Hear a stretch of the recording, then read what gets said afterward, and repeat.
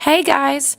Welcome to Mary's Married Adventures. Today we're going to be talking about staying in hostels. I'm going to show you around a typical hostel and then we'll go into details on what to know about them. Let me show you around Zen Hostel. So here's one of the rooms. We have a private bathroom, mural, 2 beds, and a bunk bed.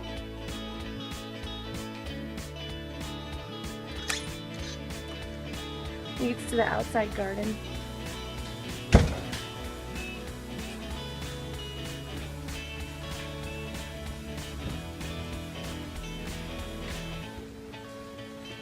Here we have one of the lounge spaces, hammocks, lots of people hanging out, bean bags. We can go upstairs for more space.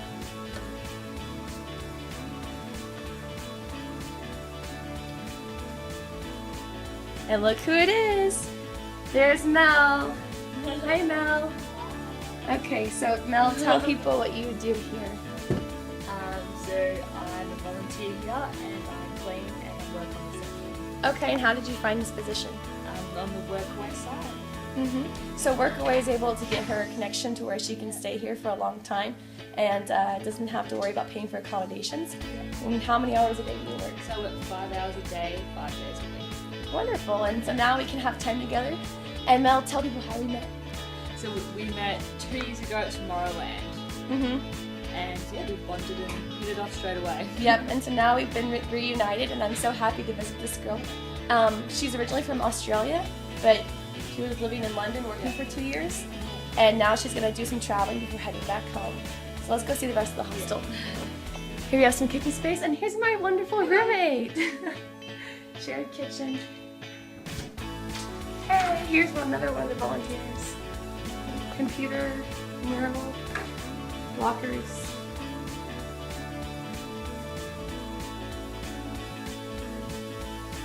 Bathroom. So that's a little overview of what we've got here. Hey, so we're going to talk to y'all a little bit about what kind of things that you should bring that you might not think about normally when you're staying at a hotel. So what kind of suggestions do you have for things to bring to a hostel? I'd say bring your own towel, earplugs, eye mask. What else?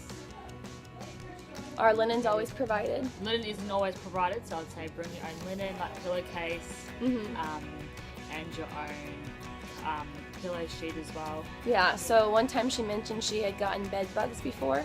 I've never run into that, but hey, if you want to be extra careful, maybe you want to bring your own sheets for that reason, and sometimes they're not provided. Also, when you go into a hostel, you're going to be sharing a bathroom, so I would definitely bring your own sandals. That way you can avoid athlete's foot and other types of gross things. Tell me about lockers. How do those work here? So usually you should, locker will be provided to you, but sometimes you won't always get an actual lock, so it's nice to bring your own lock as well. And if you don't get your own lock, sometimes they'll sell them to you, but usually at a high fee, since you obviously need one just for safety. Most people aren't going to bother your things in a hostel, but there's always a chance that someone might take something, or you want to make sure that your passport and money is locked up in the nighttime. And then tell us a little bit about hostel behavior. Hostel behavior. I think usually everyone always has the right idea of what they want to do, and everyone, they're here to travel and make friends. So it's always good to be open.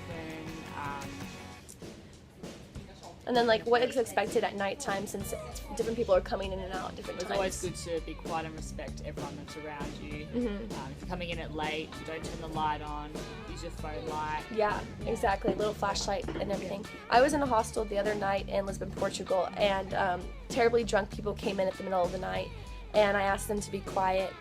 The girl, she thought it would be okay to just loudly talk in the room.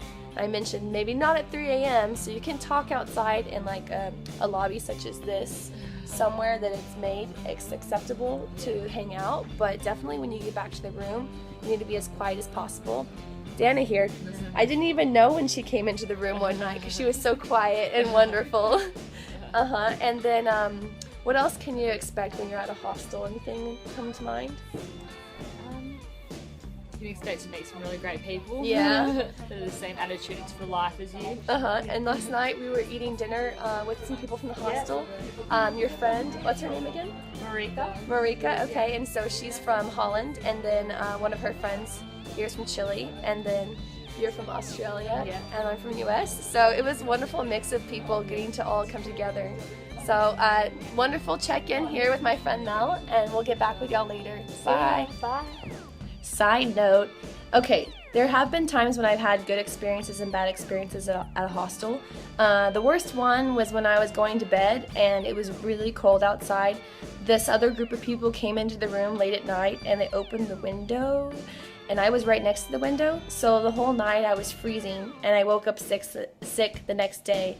It was very bad to be sick for, about 5 days after that due to some guy that had opened the window. So definitely be careful and take into consideration what your roommate's like. Just ask them ahead of time if it would bother them to have the light on or to have the window open, since people can be particular about that. I've had really great experiences as well where I've made wonderful friends and I've had beautiful rooms for like $15 a night. So you can get some wonderful places. Just check them out ahead of time. Beautiful hostels, creepy hostels, just explore all the options. Something else you should think about when it comes to choosing your hostel is what type of room you'd like to take. It can be really crowded in a large room with about 12 beds, and not to mention if it's a mixed room, you have to consider if there's a lot of men snore or people in and out, if you have an early flight or if people are coming back late from a party.